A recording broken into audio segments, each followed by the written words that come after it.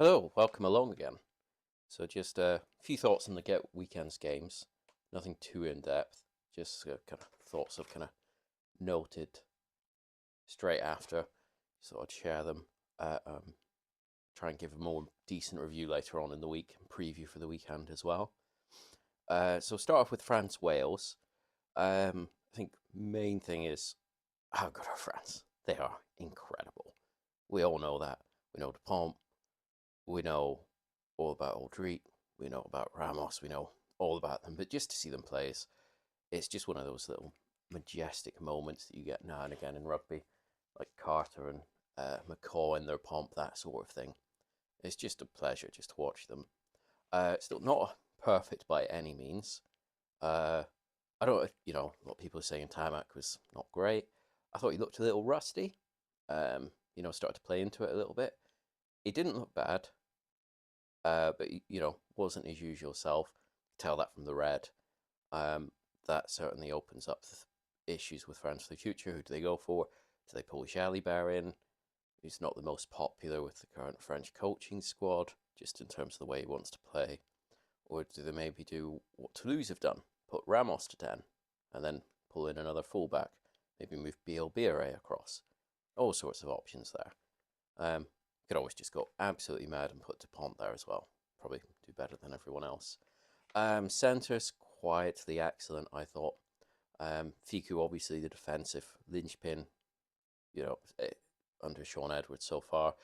Thought he might have been a big miss. Moefana, but and Barassi, just one of those games where they didn't do anything outstanding, eye-catching. Sonny Bill Williams, back of the hand out the back door passes, but they just contained that Welsh midfield. So it meant that the big Welsh forwards, or big-ish and, not as big as France's, couldn't just push their way through. So then that just sucked Wales narrower and narrower, and it just meant France could just spread out.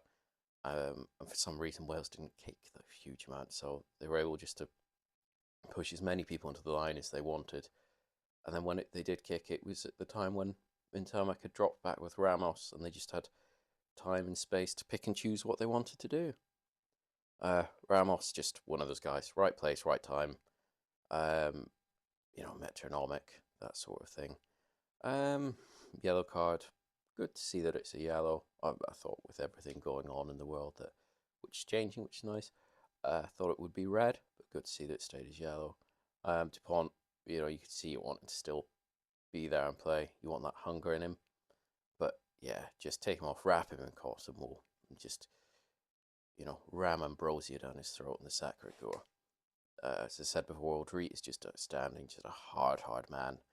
The wings, they don't look particularly much physically when compared to other international wings, but they had a good game. If it wasn't for the Intermac red card, you'd probably be saying, does Penaud come straight back in? What did Atisogbe do wrong? What did Bielbiere do wrong? Forwards, you could talk about them for a long time. They were just bigger and nastier. That's pretty much it.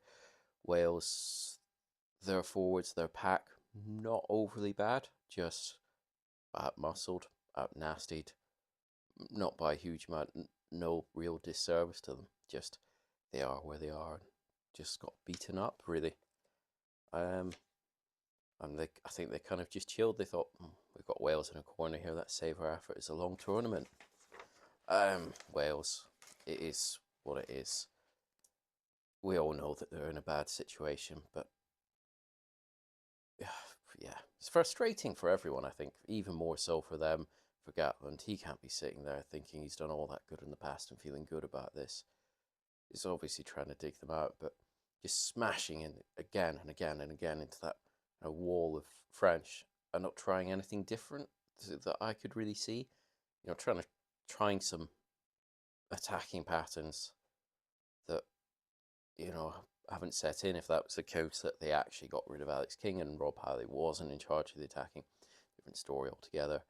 Then that could maybe be understood a little bit, but it just looked a bit lost.